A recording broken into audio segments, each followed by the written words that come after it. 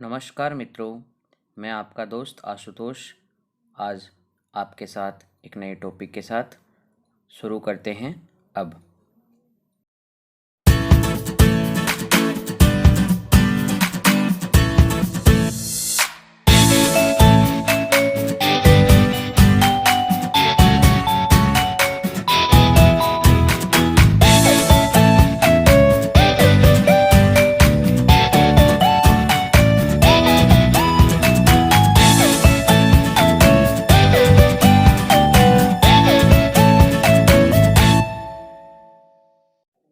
बहुत बहुत स्वागत है आपका जीएस गुरु आशु जी चैनल पर।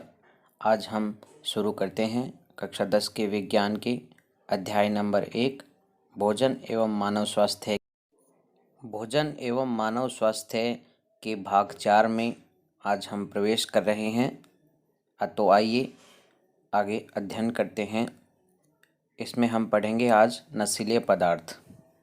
नशीले पदार्थ के बारे में विस्तार से।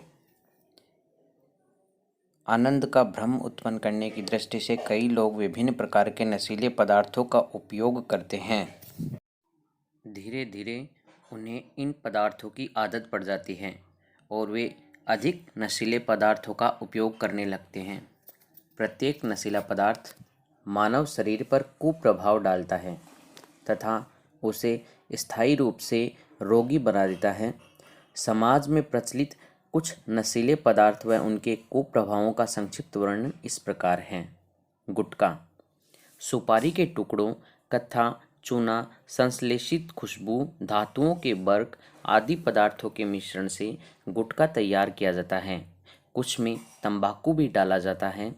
पाउच संस्कृति के प्रसार के कारण गुटखा हर गांव गली तक उपलब्ध है। महिलाएं और बच्चे भी इसका प्रयोग खुलकर करने लगे हैं। गुटखे के प्रयोग से आर्थिक हानि के साथ साथ शारीरिक नुकसान भी होता है। जबड़े की मांसपेशियां कठोर हो जाने से जबड़ा ठीक से नहीं खुलता है। ऐसा सब म्यूकस फाइब्रोसिस रोग के कारण होता है। संश्लेषित पदार्थों में से कई कैंसरजन होने की भी संभावना होती है। तंबाकू या टोबैको।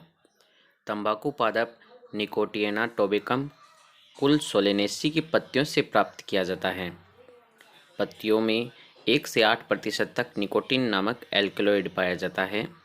तंबाकू का प्रयोग कई प्रकार से किया जाता है। अधिकांश लोग पान, गुटखे या चूने के साथ इसे चबाते हैं। कुछ लोग इसके पाउडर को सूंघने या मंजन की तरह दांतों व मसूड़ों पर मलने से में करते हैं। तंबाकू को बीड़ी, सिगरेट, चिलम, सिगार, हुक्का या अन्य रूप से भी प्रयोग किया जाता है। तंबाकू के उपयोग से होने वाली हानियां इस प्रकार हैं।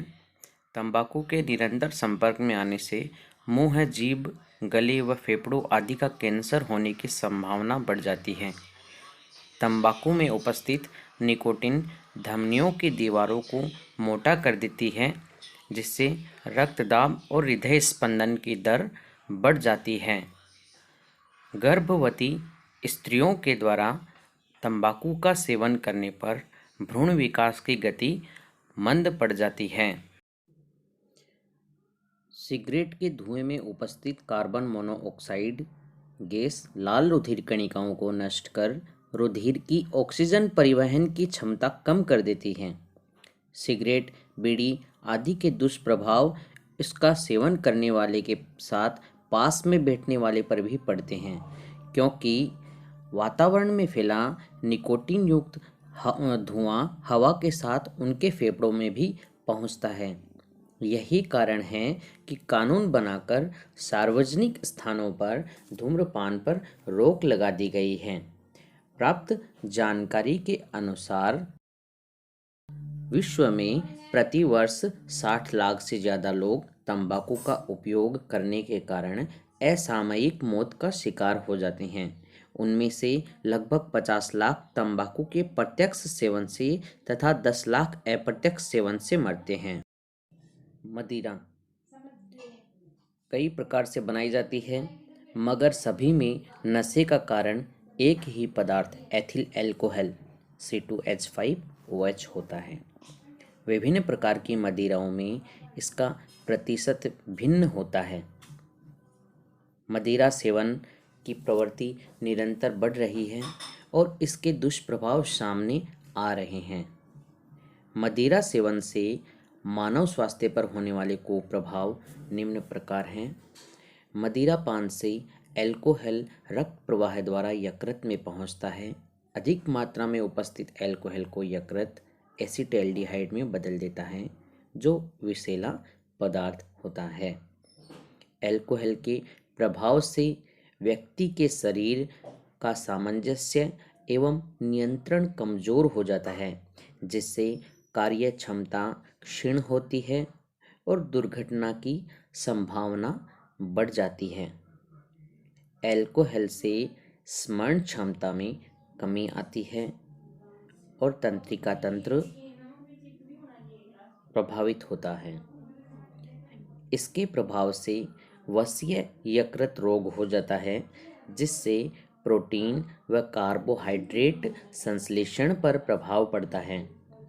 इससे व्यक्ति की आर्थिक स्थिति कमजोर होती है तथा उसकी सामाजिक प्रतिष्ठा को ठेस पहुंचती है। अफीम, ओपियम। अफीम पादप पेपेवर सोम्निफेरम के कच्चे फल से प्राप्त दूध के सुखाने से बनता है।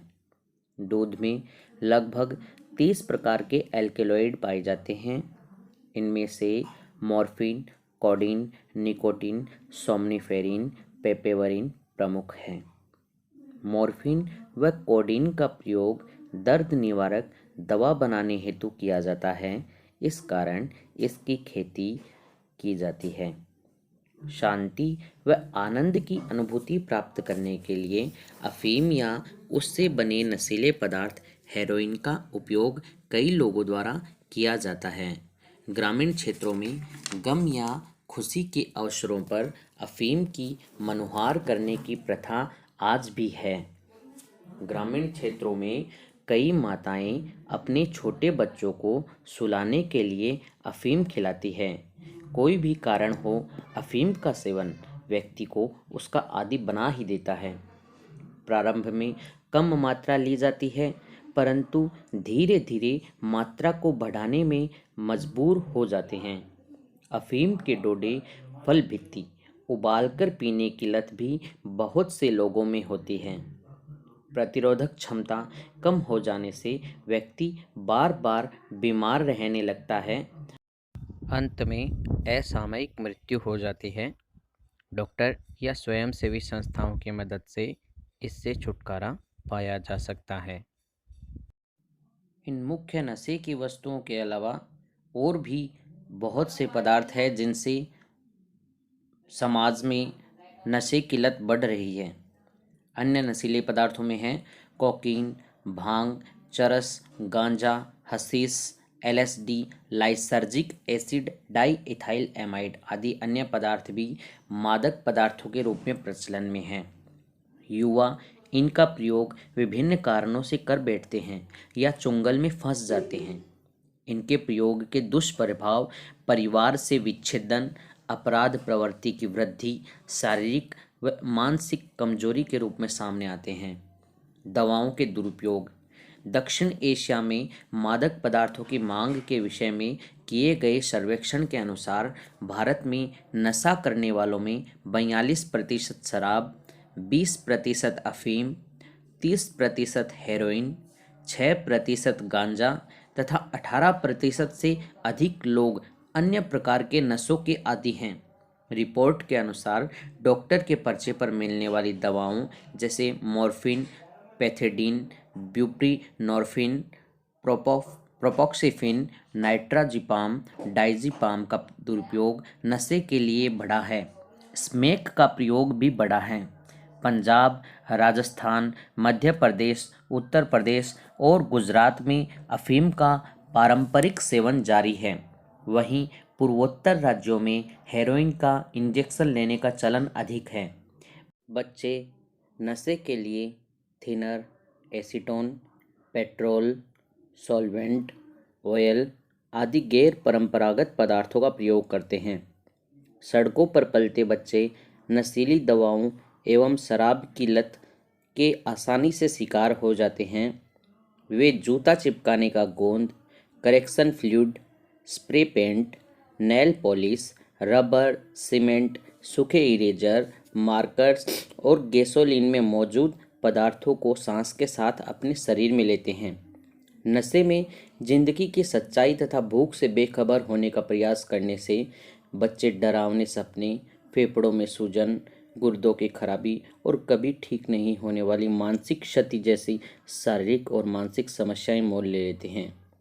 आज का अपना टॉपिक यहीं संपन्न होता है, लेकिन मेरे मन में एक बात आई है कि प्यारे विद्यार्थियों,